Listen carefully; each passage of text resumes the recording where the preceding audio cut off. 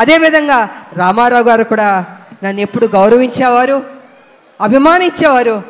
ఆయన దగ్గర నుంచి మేము బ్లెస్సింగ్స్ తీసుకున్నానంటే నిజంగా నా అదృష్టవంతురాలని తెలియజేసుకుంటున్నాను నేను. ఇక మీ అభిమాన నటుడు జూనియర్ ఎన్టీఆర్ గారు, తారక గారు గారు అనొద్దంటున్నారు, కానీ ఇవాళ తన గురించి చెప్పాలంటే మీ ఉత్సాహాన్ని నేను కంట్రోల్ చేయలేకపోతున్నాను. నేను ఎంత ప్రేమిస్తున్నారు మీ హీరోని నాకు అర్థమవుతుంది. గుండెల్లో పెట్టుకున్నారు ఆయన్ని. అది ఎందుకంటే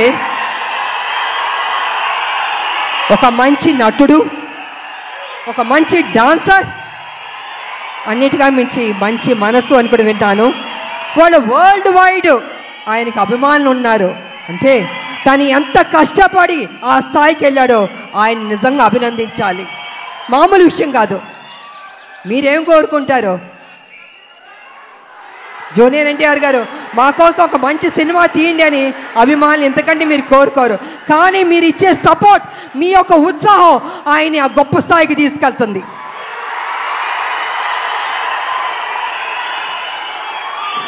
జూనియర్ ఎన్టీఆర్ గారు కావచ్చు, కళ్యాణ్ రామ్ గారు కావచ్చు, ఎవరికైనా నాకైనా కావచ్చు. అంటే ఒక అభిమానులు మీరు ఇచ్చే ఉత్సాహం మాలో ఒక 100 రెట్లు బలం వచ్చేస్తుంది. ఇంకా ఇంకా ఇంకా చేయాలి, ఇంకా కష్టపడాలి అని మేము అనుకుంటాం. అందుకే ఒక్కొక్కళ్ళు ఒక్కొక్క పొజిషన్కి రీచ్ అయ్యాం, జీవితంలో సాధించాం, మంచి మంచి సినిమాలు చేయగలిగాం. అదేవిధంగా ఇవాళ జూనియర్ ఎన్టీఆర్ గారు, నేను కళ్యాణ్ రామ్ గారు చూస్తుంటే రామ్ లక్ష్మణ్లా ఉన్నారు. నిజంగా చూడ ముచ్చటగా ఉన్నారు ఇద్దరు.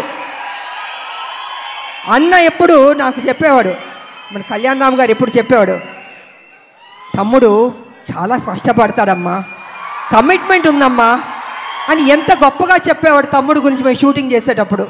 అలాగే తమ్ముడికి కూడా అన్న మీద ఆ ప్రేమ ఉంది. అందుకే ఇద్దరు రామ్ లక్ష్మణ్లా ఉన్నారు, చూడ ముచ్చటగా ఉన్నారు ఈ జంట. నిజంగా బాబు మీరు ఎప్పుడు ఇలాగే సంతోషంగా ఉండాలి, ఇంకా గొప్ప గొప్ప సినిమాలు చేయాలి. మీ ఫ్యాన్స్ మిమ్మల్ని గుండెల్లో పెట్టుకున్నారు, ఇంకా గొప్ప స్థాయికి మీరు వెళ్ళాలని నేను మనస్ఫూర్తిగా కోరుకుంటున్నాను. అదేవిధంగా మా బిడ్డ కళ్యాణ్ రామ్ గారు